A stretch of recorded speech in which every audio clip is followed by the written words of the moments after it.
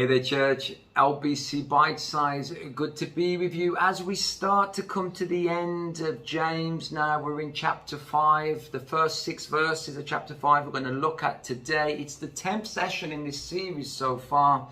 We're going to see James starting off with some strong language. He's talking to some rich people in this day. That doesn't mean that all rich people are sinners. It doesn't mean that finance is a bad thing.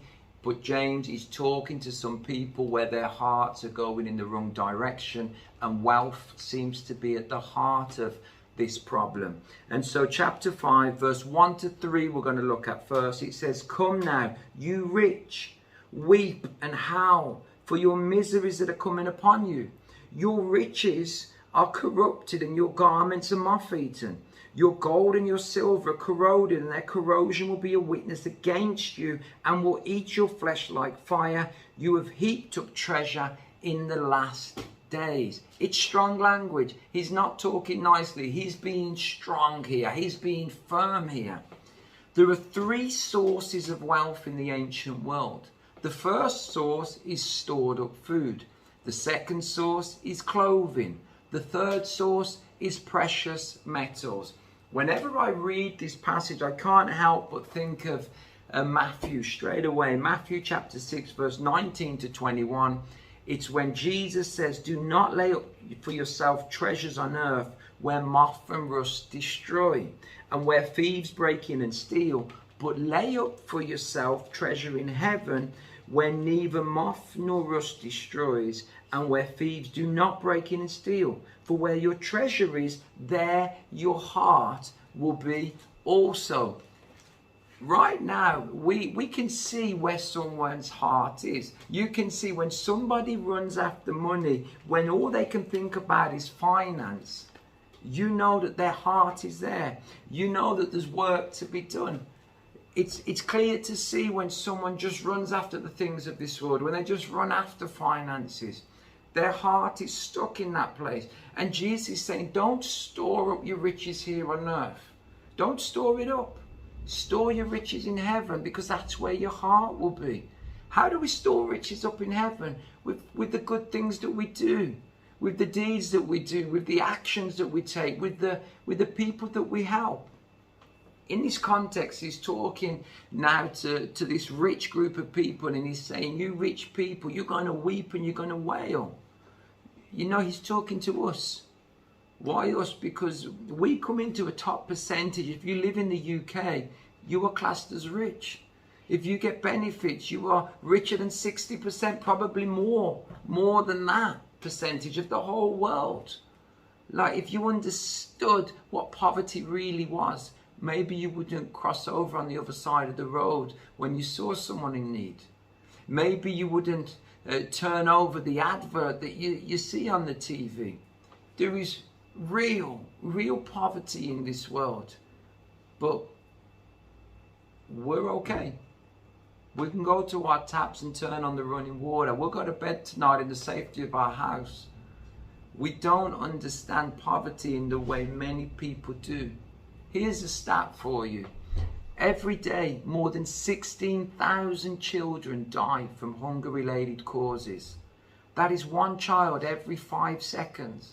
852 million people across the world will be hungry today. In Deuteronomy 15 verse 11, it says, "For the poor will never cease from the land.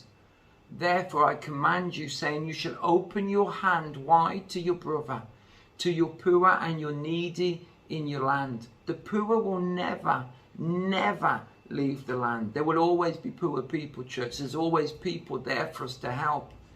And at the same time, I say we're not to be taken as mugs. We're not to be, just handing out money here and everywhere to especially these professional beggars that stand at every traffic light going, or people that want to use your finance to sort their drug addiction out. I mean, it's very sad that these people are having to do that for the addiction that they've fallen into. But I'm not saying plummet your finance, plow your money into that. I'm not saying that. I'm saying, but there are some good, worthy causes. There are good things that the church is doing. And when I say the church, I don't necessarily just mean LBC. I mean the church supporting and helping the poor people around the world. playing out exactly what the Bible says, doing exactly what Jesus commands us to do. 2 Timothy 3, 1-2 says, but know this, in the last days perilous times will come, for men will be lovers of themselves, lovers of money, boasters, proud, blasphemers, disobedient to parents, unthankful, unholy, etc. You know the passage, you know the way. But they're going to be lovers of money. How many people today are just lovers of money?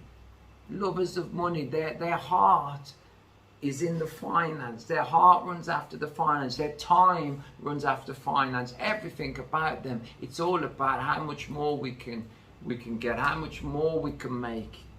It just shows how short we fall as a church. It shows how short we fall as humanity. In chapter 1, verse 27, it says, pure and undefiled religion before God and Father is this, to visit orphans and widows in their trouble and to keep oneself uprooted from the world. You know, orphans, widows, it's to help them, it's to be there. And 9 times out of 10, we can only help ourselves. We think so much about ourselves before we put anyone else first. We hold on to our finances like that, and we're not willing to have an open hand in the other sense.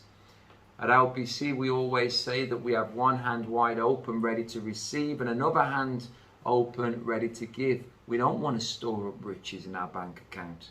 As the money comes in, it will go out to those that are in need. And yet at the same time, we won't be taken as mugs just to give out here, there, and everywhere.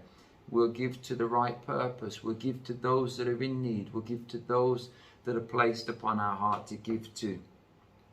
Remember James chapter 4, verse 17. It says, therefore, to him who knows to do good and does not do it, to him it is sin. That was the last chapter that we looked at. I'll say it again. Therefore, to him who knows to do good and does not do it, to him it is sin. If you know to do good and you choose not to do it, we said at the least it's frowned upon, black and white. It's sin. It's sin. You know that there's someone in need and you decide I'm gonna get a little bit extra this week for myself. I've got enough for myself, but I want some extra goodies this week. I want to treat myself again. And some people say nothing wrong with treating yourself, and technically absolutely nothing wrong with treating yourself. Your finance, your money, your hard-earned cash, it's up to you what you do with it. I just know that God is saying to us, the poor, the needy, don't let them go without. Don't store up your riches in your homes. Don't store up your riches in your bank accounts, but store up your riches in heaven. In Luke chapter 12, if we look at Luke chapter 12, verse 16 to 21, it says this, it's a parable. And it says, the ground of a certain rich man yielded plentiful. And he thought within himself, saying, what shall I do, since I have no room to store my crops?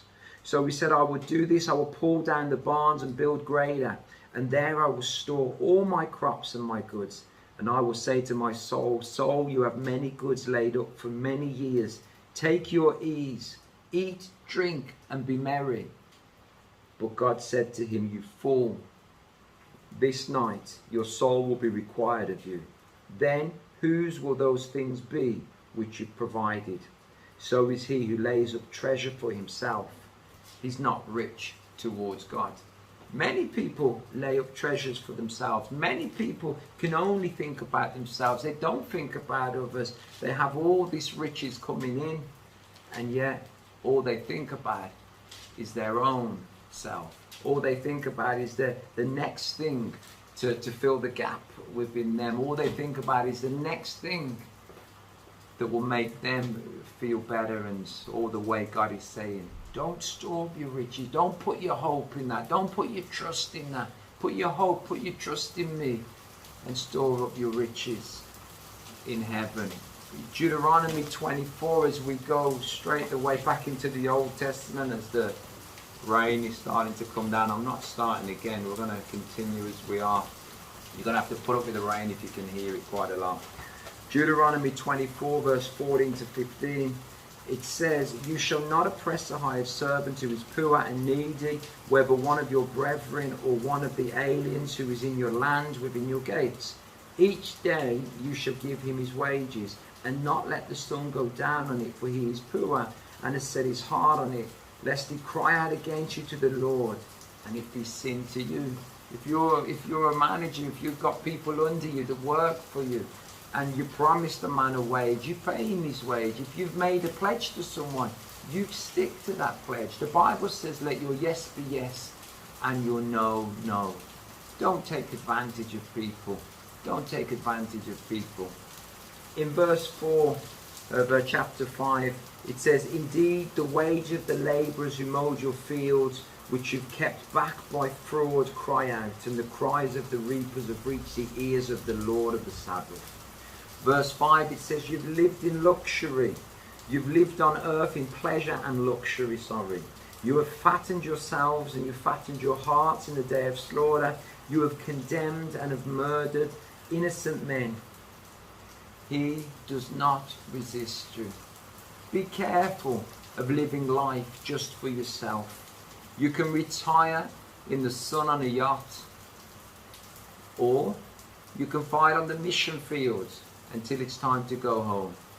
Some people are so poor, all they have is money. Some people are so poor, all they have is money. Be blessed, church, and we'll bring this final chapter to a close very soon.